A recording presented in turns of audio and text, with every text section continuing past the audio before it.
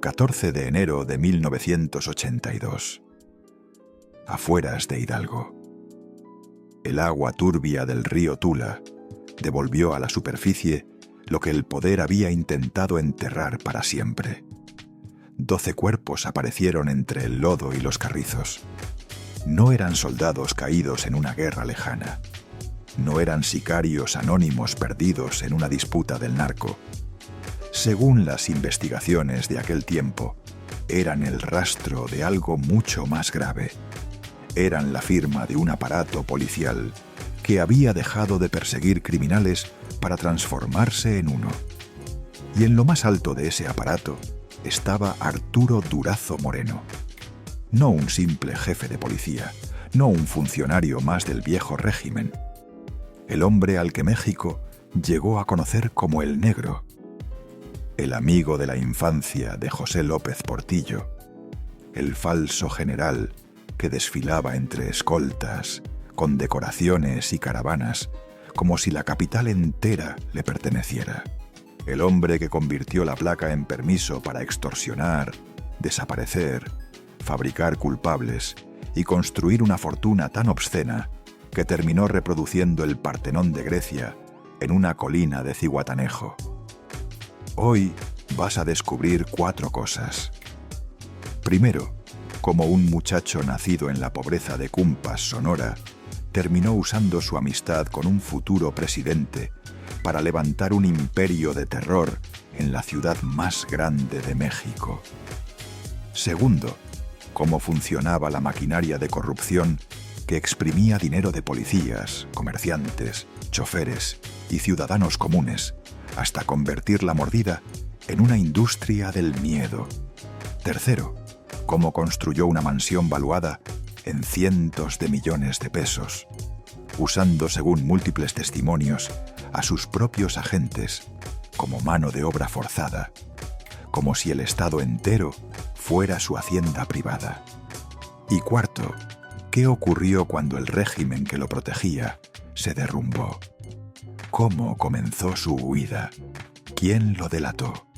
¿Y por qué su apellido terminó convertido en sinónimo de deshonra, ruina y sangre?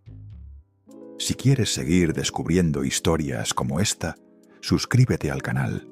Aquí contamos lo que otros prefieren callar. Esta no es únicamente la historia de un policía corrupto. Es la historia de cómo un hombre tomó una ciudad, la exprimió hasta los huesos y trató de convertir el miedo en mármol. Pero para entender cómo llegó tan lejos, primero hay que regresar al principio, ahí donde nació la obsesión que lo consumió todo. Todo comenzó lejos del mármol, lejos de los escoltas, lejos de las caravanas de vehículos oficiales y de los salones donde años después se emborracharían jueces, políticos y traficantes.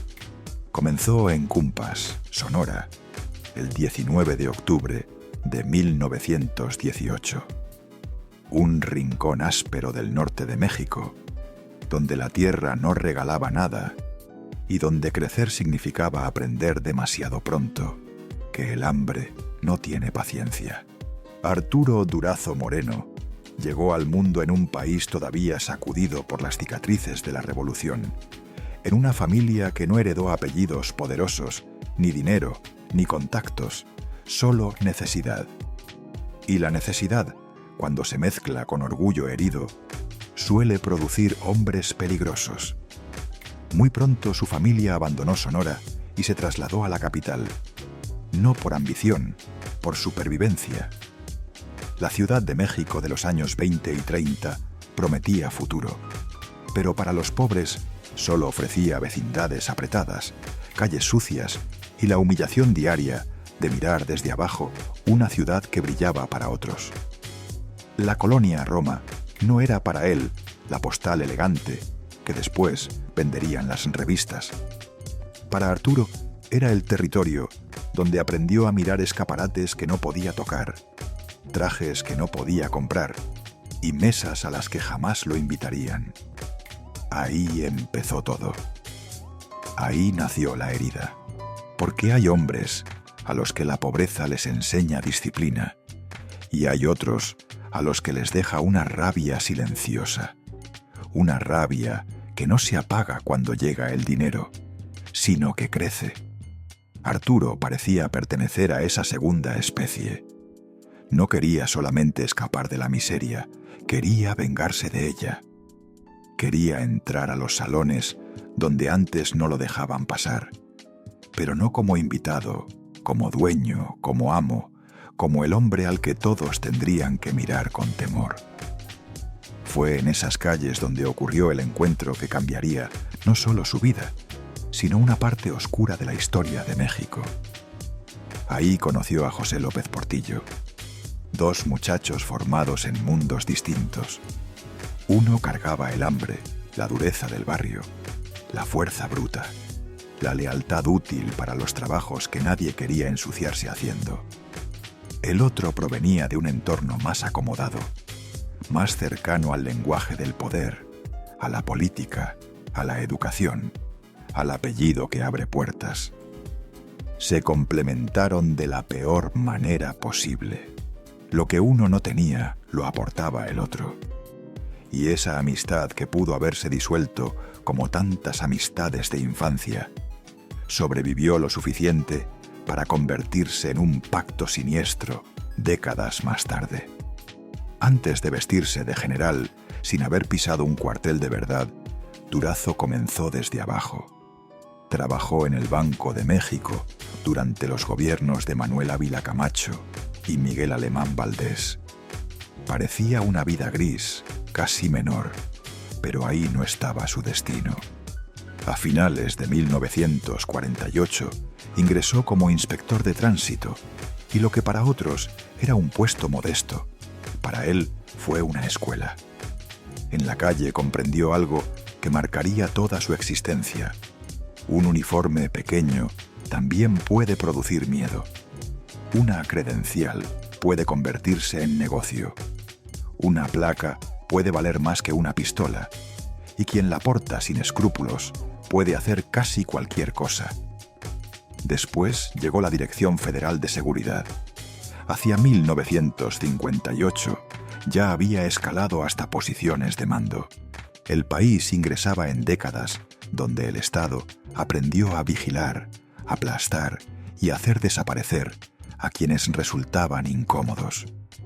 Arturo encontró ahí el idioma que mejor dominaba, el de la ley, el del control, el de la violencia administrada, el del enemigo reducido a expediente. Mientras México intentaba presentarse ante el mundo como una nación moderna, dentro de sus aparatos de seguridad, crecían hombres que confundían orden con terror. Durazo era uno de ellos, y sin embargo, ni la cercanía al poder, ni los cargos, ni el dinero que empezaban a acumularse lograban llenarlo, porque el problema nunca fue solo económico, era más profundo, más oscuro. Arturo Durazo no quería vivir bien. Quería demostrar que podía sentar a la élite a sus pies. Quería que aquellos que una vez lo miraron por encima del hombro terminaran saludándolo con obediencia. Quería convertir el resentimiento en imperio.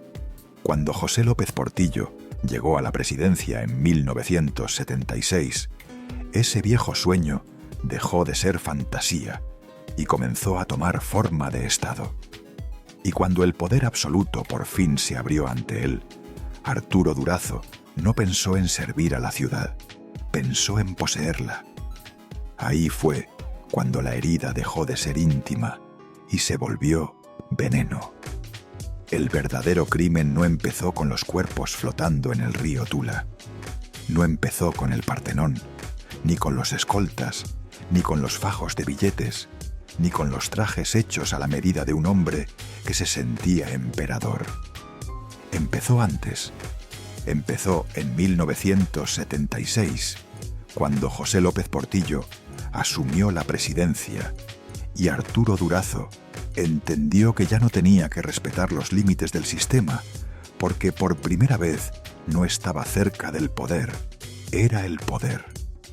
Ese fue el momento exacto en que la policía dejó de ser, al menos en la práctica, una institución del Estado, y comenzó a parecerse a una empresa criminal con placas oficiales. Bajo el paraguas político de Los Pinos, Durazo consolidó la Dirección General de Policía y Tránsito del Distrito Federal y levantó dentro de ella una estructura que, según múltiples testimonios e investigaciones posteriores, funcionaba con la lógica de una pirámide mafiosa. Imagínalo por un segundo. Un patrullero salía a la calle no para proteger a nadie, sino con una cuota sobre la espalda. Un agente de tránsito detenía a un conductor no porque hubiera violado la ley, sino porque tenía que reunir dinero antes de que terminara el turno. Un comandante de sector recibía sobres, fajos, mordidas, y de ahí una parte subía al escalón siguiente, y otra al siguiente, y otra más arriba, hasta llegar al hombre que sonreía en las fotografías oficiales, como si fuera el guardián del orden. La corrupción dejó de ser un vicio individual. Se transformó en método de gobierno. Y aquí viene lo más importante. No era solo dinero, era disciplina mediante terror. El policía que no entregaba lo que le exigían podía perder su patrulla, su zona, su puesto o algo peor. Porque en el mundo de Durazo, la lealtad no se premiaba con honor, se compraba con miedo. Y el miedo, cuando se administra todos los días, produce obediencia más rápido que cualquier ley. Pero Arturo quería más, siempre más. El dinero de la calle, las extorsiones y las cuotas diarias no bastaban para sostener la escala de su delirio. Entonces la maquinaria avanzó un paso más hacia la oscuridad. Según numerosas versiones reunidas con los años, sectores de la policía bajo su mando terminaron vinculados a redes de contrabando, protección criminal y tráfico de drogas. Cocaína, marihuana, cargamentos que no podían moverse sin ojos, que miraran hacia otro lado, sin uniformes que despejaran el camino, sin funcionarios dispuestos a fingir que no veían nada. Lo siniestro no era solo que el crimen penetrara al Estado. Lo siniestro era que el Estado comenzara a comportarse como crimen. Y aún así, eso no era suficiente, porque un imperio así necesita justificar su existencia, necesita aparentar eficacia, necesita salir en los periódicos con grandes golpes, con detenidos, con titulares. Así nació uno de los mecanismos más perversos de todo el sistema: la fabricación de culpables. Ocurría un robo escandaloso, un banco, una joyería, un caso que encendía la indignación pública, y en lugar de investigar, muchos agentes simplemente salían a cazar pobres, hombres sin apellido, sin defensa, sin dinero para abogados. Los levantaban, los encerraban, los golpeaban durante horas, a veces durante días, hasta que firmaban una confesión que ya estaba redactada antes de que ellos entraran al cuarto. Después venía el teatro. Los exhibían ante la prensa como si fueran monstruos capturados por una policía brillante. Las cámaras tomaban fotos, los periódicos publicaban nombres, la ciudad respiraba tranquila. Caso resuelto. Pero los verdaderos responsables, según relataron después quienes conocieron esa podredumbre desde dentro, seguían libres. A veces porque trabajaban con la propia red, a veces porque la red misma los había protegido desde el principio. Eso fue lo que Arturo Durazo construyó. No un cuerpo de seguridad, no una estrategia contra el delito. Construyó una fábrica de miedo, una ciudad donde millones de personas entendieron que la placa podía ser más peligrosa que el ladrón, que el uniforme podía irrumpir en tu vida, arrancarte de tu casa y convertirte en culpable solo porque alguien allá arriba necesitaba un resultado para la prensa y otro paquete de dinero para la caja. La mentira funcionó durante años, porque estaba bien aceitada, con oro para algunos periodistas, con favores para políticos, con amenazas para los que dudaban, con silencio para casi todos. Y mientras la ciudad seguía pagando, peso por peso y golpe por golpe, Arturo Durazo empezó a hacer algo todavía más obsceno. Empezó a convertir ese terror en piedra, en columnas, en mármol, en un palacio tan desquiciado que parecía una burla, porque el dinero robado siempre busca volverse monumento. Y ahora viene la parte que casi nunca aparece en los libros de historia, porque los tiranos no destruyen solamente ciudades, también destruyen hogares, también deforman a los niños, también convierten la mesa familiar en una extensión del mismo miedo que gobierna la calle. Y eso fue exactamente lo que ocurrió con Arturo Durazo. Por fuera la imagen parecía perfecta. Una esposa elegante, hijos rodeados de lujo, viajes, escoltas, regalos, fiestas, casas imposibles, todo lo que en el México de los años 70 hacía creer a los de afuera que aquella familia había tocado el cielo. Pero las familias no se miden por el brillo de los candelabros, se miden por lo que ocurre cuando la puerta se cierra. Y detrás de las puertas de los Durazo no había paz, había exceso, había vacío. Había una educación sentimental construida con billetes, armas y silencio. Arturo se casó con Silvia Garza Sáenz, una mujer conocida en ciertos círculos por su afición feroz a la ropa, las compras, la apariencia, el lujo llevado al límite. Juntos tuvieron 4 hijos: Francisco Arturo, al que llamaban Yoyo, Arturo, Jesús y Silvia. 4 niños que crecieron dentro de una burbuja de privilegio obsceno, pero sin algo mucho más básico. Un padre, no un padre de verdad, no uno que abrace, que escuche, que enseñe ternura. Tuvieron otra cosa. Tuvieron a un hombre que confundía amor con posesión y presencia con exhibición. Porque Arturo Durazo no educaba, programaba. No formaba personas, fabricaba extensiones de sí mismo. Y aquí aparece uno de los detalles más perturbadores de toda esta historia. Roberto Palazuelos, que de niño convivió con el entorno de esa familia, recordó años después escenas que parecen extraídas de una película perturbadora. En las reuniones privadas, en los días de descanso, en las propiedades donde otros padres habrían llevado bicicletas, pelotas o juegos de mesa, Durazo reunía a los niños y les ponía armas en las manos. Armas reales, no de juguete, no réplicas. Subametralladoras, pistolas, metal verdadero, peso verdadero, muerte verdadera. Imagínalo por un segundo. Un niño todavía sin entender del todo lo que significa la palabra consecuencia, escuchando a su propio padre explicarle cómo cargar un arma, cómo apuntar, cómo apretar el gatillo, como si la violencia fuera un idioma familiar, como si matar fuera una destreza más, como si el poder consistiera en hacer que los demás bajen la mirada. Y después, como remate, venía el dinero.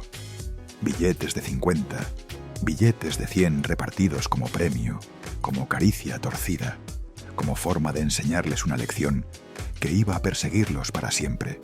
Todo se compra, todo se doblega, todo tiene precio. Eso deja una marca, siempre la deja. Los hijos de Durazo crecieron en un mundo donde la ley era una broma para los débiles y donde el uniforme de su padre podía abrir cualquier puerta, apagar cualquier escándalo y cubrir cualquier exceso. Para ellos, la violencia no llegaba desde afuera. Vivía en casa, se sentaba en la cabecera, acompañaba la cena, dormía en las paredes. Y cuando eso le ocurre a un niño, el daño no siempre se ve de inmediato. A veces tarda años en manifestarse. A veces se convierte en soberbia, otras veces en miedo, otras en vergüenza, casi siempre en una mezcla de las tres. Y no eran solo los hijos. Todo el entorno estaba contaminado.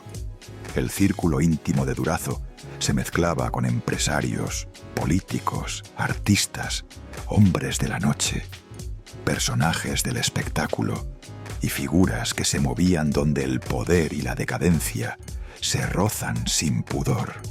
El lujo no traía calma, traía ruido, traía invitados inconvenientes, traía rumores imposibles de limpiar, traía esa sensación permanente de que cualquier conversación podía esconder una amenaza o una transacción. Mientras afuera la ciudad temblaba ante su nombre, adentro la familia aprendía a vivir entre escoltas armados, fiestas privadas y la certeza de que el apellido Durazo no era un refugio, era una condena disfrazada de privilegio. Sí, tenían mansiones, sí, tenían acceso, sí, tenían una vida que a muchos les habría parecido envidiable, pero también heredaban algo más oscuro, la mirada del país entero, el resentimiento de las víctimas, el eco de los sótanos, el peso de una fortuna que no olía a éxito, sino a miedo.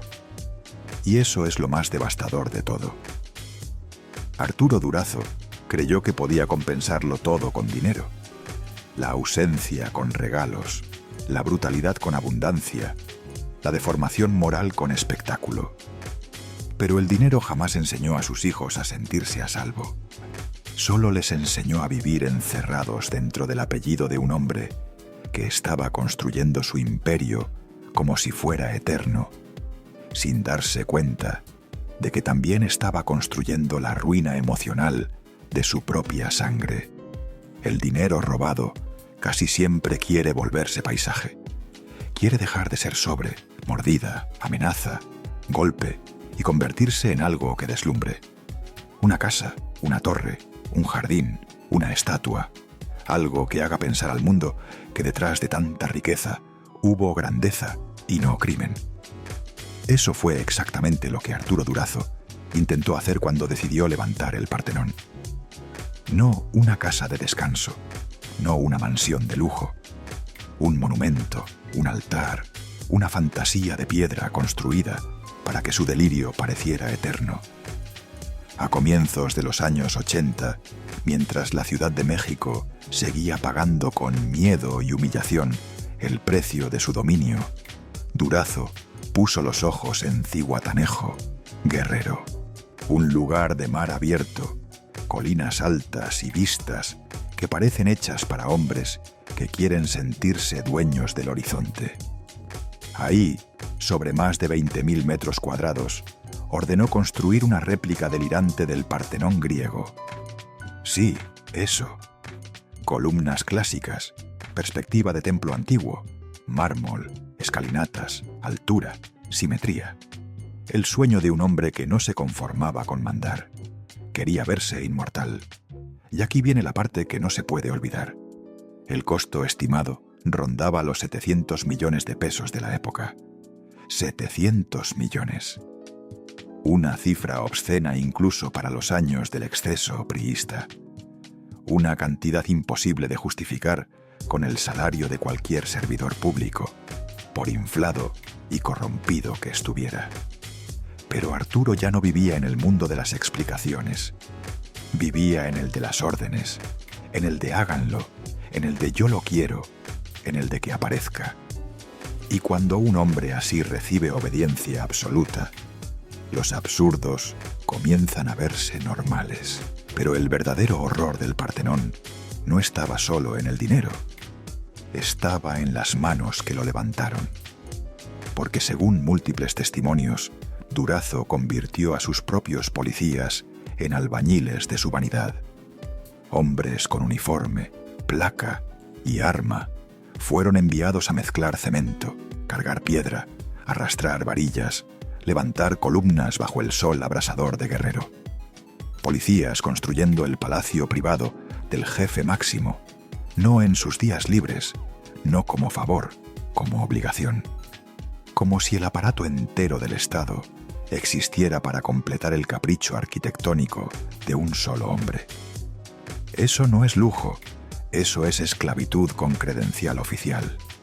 Imagínalo, Una persona que horas antes pudo haber extorsionado a un comerciante en la capital, ahora hundiendo las botas en el polvo, cargando materiales para la residencia de un hombre que jamás lo habría mirado como igual. Sudor abajo, soberbia arriba, y entre los dos una estructura blanca creciendo frente al Pacífico como una burla gigantesca al país entero. Por dentro todo era peor.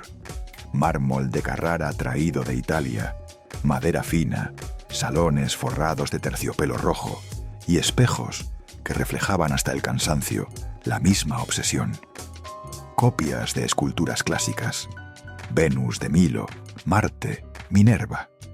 Y al centro, como si la metáfora no fuera ya suficientemente grotesca, un Zeus de bronce de 2 metros vigilándolo todo. Debajo, un club nocturno privado inspirado en el Estudio 54. Afuera, jardines, alberca profunda, aves exóticas, figuras de animales. El tipo de decoración que solo aparece cuando el mal gusto se une con dinero ilimitado y nadie se atreve a decir que no. Pero no te confundas. El Partenón nunca fue una casa, nunca fue hogar, nunca fue refugio familiar. Fue escenario, fue teatro de poder.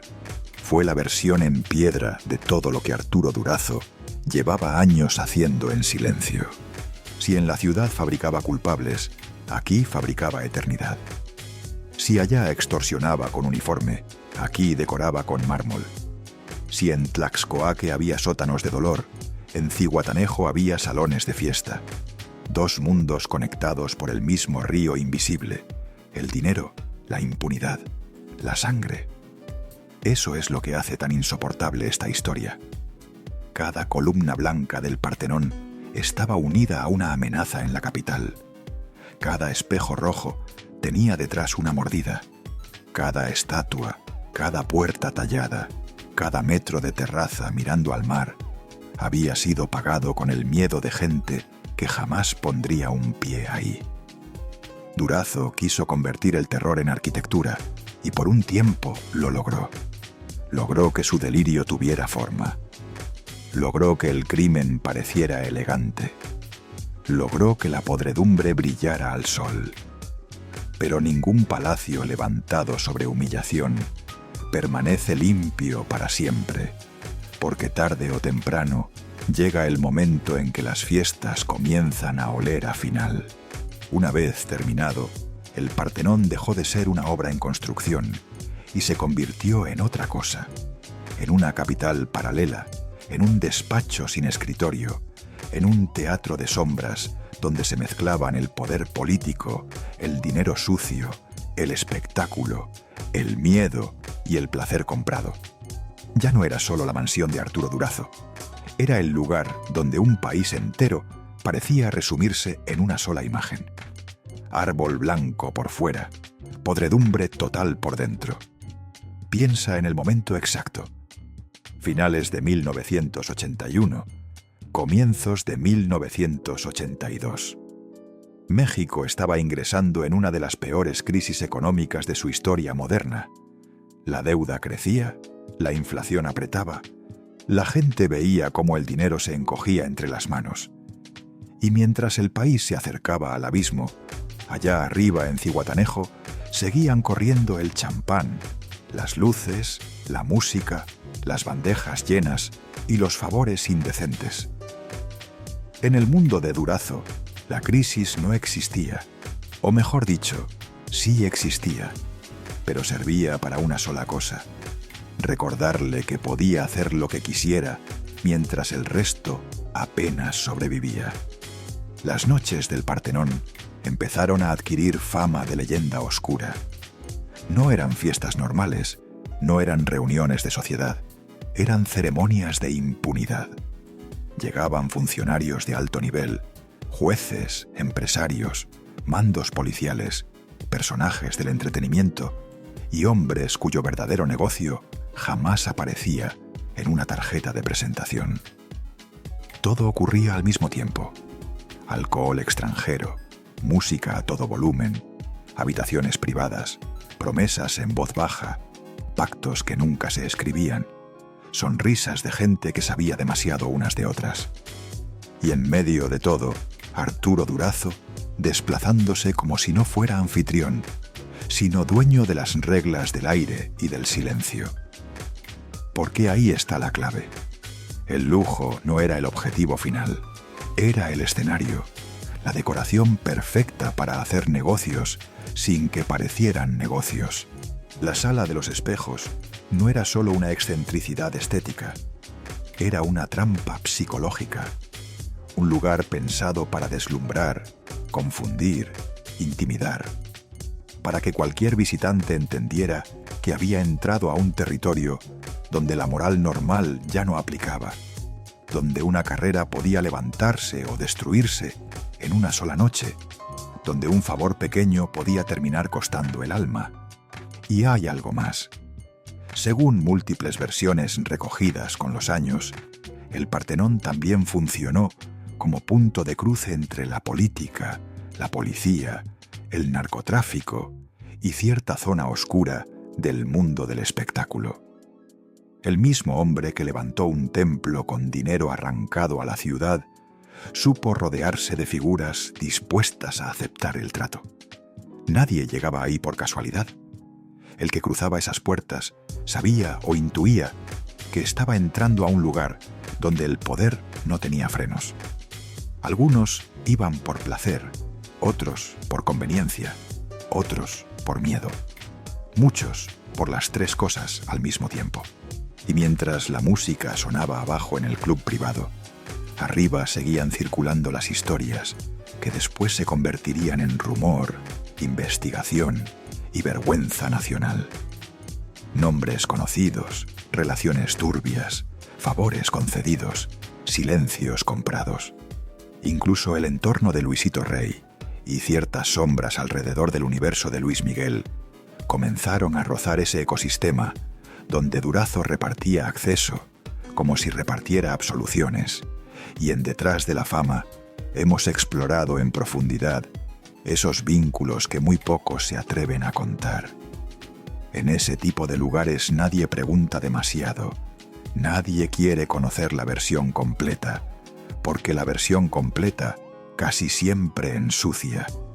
Eso era el imperio del exceso, no solamente una vida lujosa, sino una maquinaria donde cada copa servida era posible gracias a una mordida en la ciudad, donde cada gramo consumido recordaba que sectores del propio aparato de seguridad habían aprendido a convivir con el negocio que debían combatir, donde cada invitado terminaba siendo parte de una red más grande de complicidades.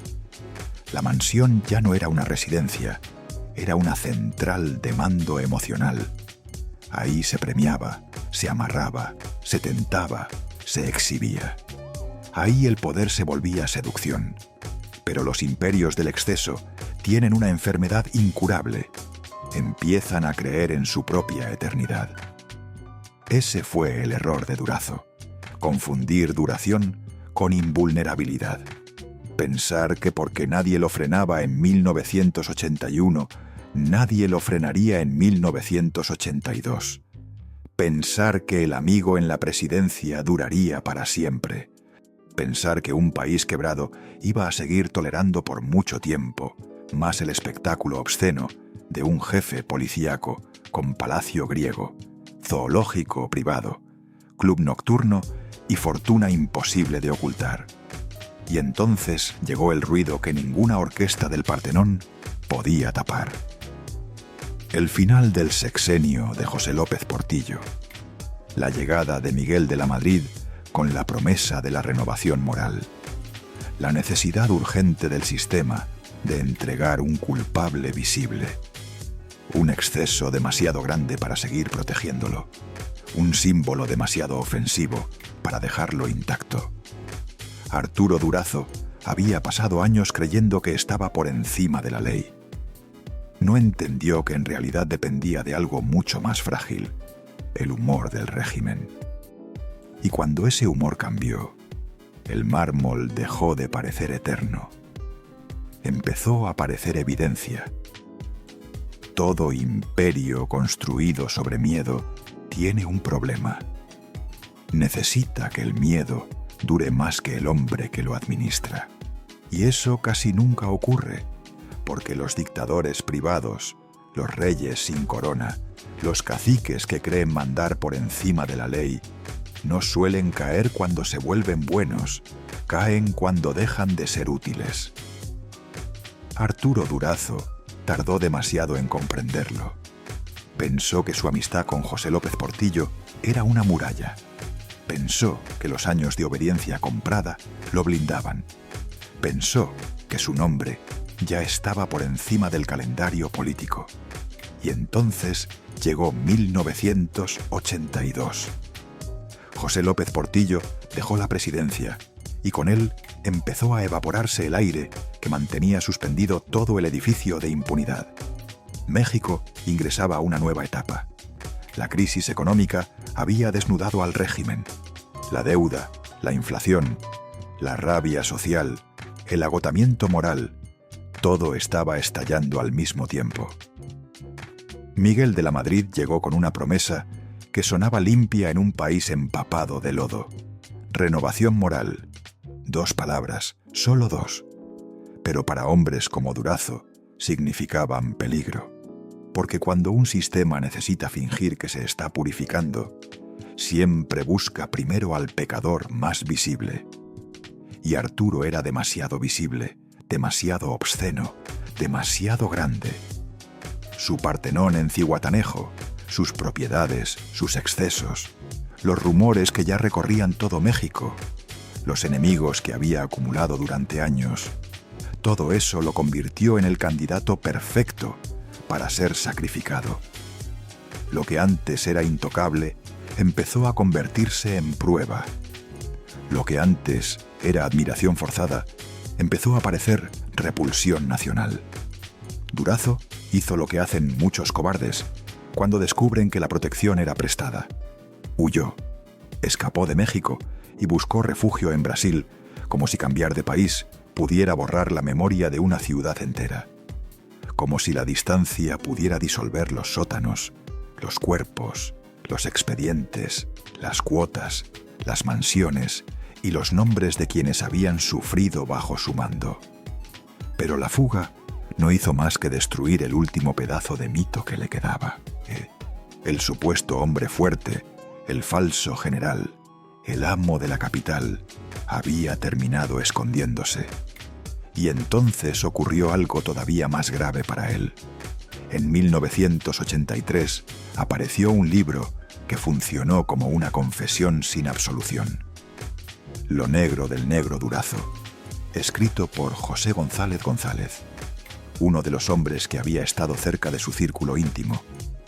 No era un panfleto cualquiera, era una herida abierta, un mapa del horror, un relato desde dentro sobre redes de extorsión, robo, tortura, complicidades y crímenes que por fin empezaban a tener forma pública. México lo leyó con una mezcla de morbo y espanto, porque en el fondo el país ya sabía. Lo que faltaba era verlo escrito. La caída formal llegó en 1984. El FBI lo detuvo en San Juan, Puerto Rico. Qué imagen más brutal para un hombre que había querido parecer emperador. No cayó en una batalla, no fue derrocado en su palacio, no terminó como un guerrero. Terminó como terminan tantos hombres que abusaron demasiado del poder. Arrestado, expuesto, devuelto, llevado de regreso a México, no como general, no como jefe, no como leyenda, sino como acusado. La sentencia fue de 16 años, aunque al final solo cumpliría 8 antes de quedar en libertad en 1992, alegando problemas de salud. Y ahí está una de las mayores obscenidades de esta historia. El tamaño del castigo jamás se acercó al tamaño del daño. Para las víctimas no hubo reparación proporcional. Para la ciudad no hubo justicia suficiente. Para el país no hubo verdadera catarsis, solo un mensaje frío. Incluso cuando caen, algunos hombres siguen cayendo sobre almohadas. Si te interesa seguir conociendo los secretos más oscuros del poder en México y América Latina, suscríbete al canal. Cada semana hay una historia nueva esperándote. Los últimos años fueron una caricatura triste del poder que había tenido. Enfermo de cáncer de colon, envejecido, aislado, viviendo en Acapulco como una sombra de sí mismo. Y el 5 de agosto de 2000 murió a los 81 años. Así terminó, no entre columnas griegas, no en medio de escoltas, no rodeado del país que aterrorizó. Murió como mueren todos, sin poder ordenar un minuto más. Pero su muerte no limpió nada, no devolvió a los desaparecidos, no borró los gritos de Tlaxcoaque, no sanó a sus hijos, no restituyó la dignidad de quienes fueron aplastados. Solo dejó una verdad incómoda. Hasta los tiranos terminan solos, y cuando el poder por fin los abandona, lo único que permanece es el eco de todo lo que hicieron, mientras creían que nunca iban a caer. Hoy, si subes hasta la colina de Zihuatanejo, donde alguna vez Arturo Durazo quiso parecerse a un dios, ya no encuentras un palacio triunfante. Encuentras un cadáver arquitectónico, un esqueleto de concreto abierto al viento salado del Pacífico, muros heridos, columnas vacías, ecos.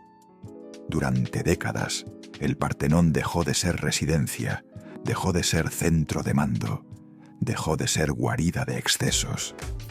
Se convirtió en otra cosa, en ruina, en herida pública, en la prueba más visible de que hasta la soberbia más monstruosa termina pudriéndose bajo el sol. Durante 35 años, aquel lugar permaneció como un fantasma detenido en el tiempo. Entraron murciélagos, entraron ladrones, entró el polvo, entraron grafitis, entró el abandono. Lo que una vez fue símbolo de dominio, acabó pareciéndose a un mausoleo sin ceremonia. Y aún así, ni siquiera en ruinas dejó de disputarse, porque los imperios caen, pero sus apellidos se aferran. La familia de Durazo, encabezada durante años por Francisco Arturo Durazo Garza, emprendió una larga batalla legal para intentar recuperar aquella propiedad, como si un edificio levantado con humillación pudiera convertirse de pronto en herencia legítima, como si el mármol pudiera borrar la memoria, como si una escritura valiera más que la sangre. Pero hay momentos en que la historia, por fin, decide enderezar un poco el cuerpo. En agosto de 2019, la Suprema Corte terminó por dejar algo claro. El Partenón no volvería a manos del clan. La propiedad quedó en poder del Estado de Guerrero, y en ese gesto hubo algo más grande que una resolución jurídica. Hubo un intento de saneamiento moral, de arrebatarle a la corrupción uno de sus trofeos más obscenos, de decir, aunque fuera tarde, que no todo monumento levantado por el abuso merece seguir sirviendo al abuso. Entonces empezó otra etapa, una extraña, casi imposible de imaginar años antes. La idea de recuperar ese lugar para convertirlo en espacio cultural. Donde antes hubo pactos oscuros, abrir salas. Donde antes hubo lujuria comprada y complicidad, abrir actividades públicas. Donde antes reinó el secreto, dejar entrar a la comunidad. La transformación no borra el pecado original, no lo absuelve. Pero a veces puede arrancarle a la podredumbre una parte de su botín y obligarla a servir a la memoria. Y aún así, no conviene engañarse. Ningún centro cultural devolverá a los muertos del río Tula. Ninguna restauración borrará los gritos que salieron de Tlaxcoaque.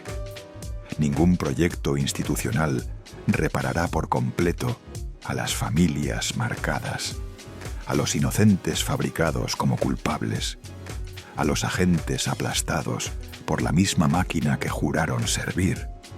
Hay heridas que no cicatrizan, solo cambian de forma. Solo dejan de sangrar a la vista y empiezan a doler por debajo. Eso fue Arturo Durazo. No solo un hombre corrupto, no solo un policía criminal. Fue una lección monstruosa sobre lo que ocurre cuando el poder deja de tener límite, cuando el uniforme se convierte en negocio, cuando la cercanía con la presidencia se interpreta como licencia para destruir. Más de 700 millones de pesos robados, 12 cuerpos emergiendo del agua, un sistema entero de mordidas, sótanos, favores y miedo. Una familia condenada a cargar un apellido envenenado, un país obligado a mirarse en el espejo más sucio de su propia historia. Tal vez eso sea lo único parecido a la redención que esta historia permite. No para él, nunca para él, sino para los que vienen después. Recordar que ningún palacio construido con terror permanece limpio, que ninguna medalla comprada sobrevive al juicio del tiempo, que ninguna columna griega puede sostener para siempre el peso de una ciudad humillada. Arturo Durazo quiso convertir el miedo en piedra. Quiso que el mármol lo volviera eterno. Y al final ocurrió lo contrario. El mármol quedó, pero no como monumento a su gloria, sino como prueba de su vergüenza. Porque esa es la sentencia final que la historia dicta cuando ya no quedan jueces suficientes. No importa cuánto robe un hombre, no importa a cuántos haga callar, no importa cuántas puertas logre abrir con amenazas. Si levanta su reino sobre sangre, tarde o temprano, ese reino termina hablando por su propia ruina. Si llegaste hasta aquí, ya sabes lo que hacemos en este canal. Dale a suscribirse y activa la campana para que no te pierdas ninguna historia.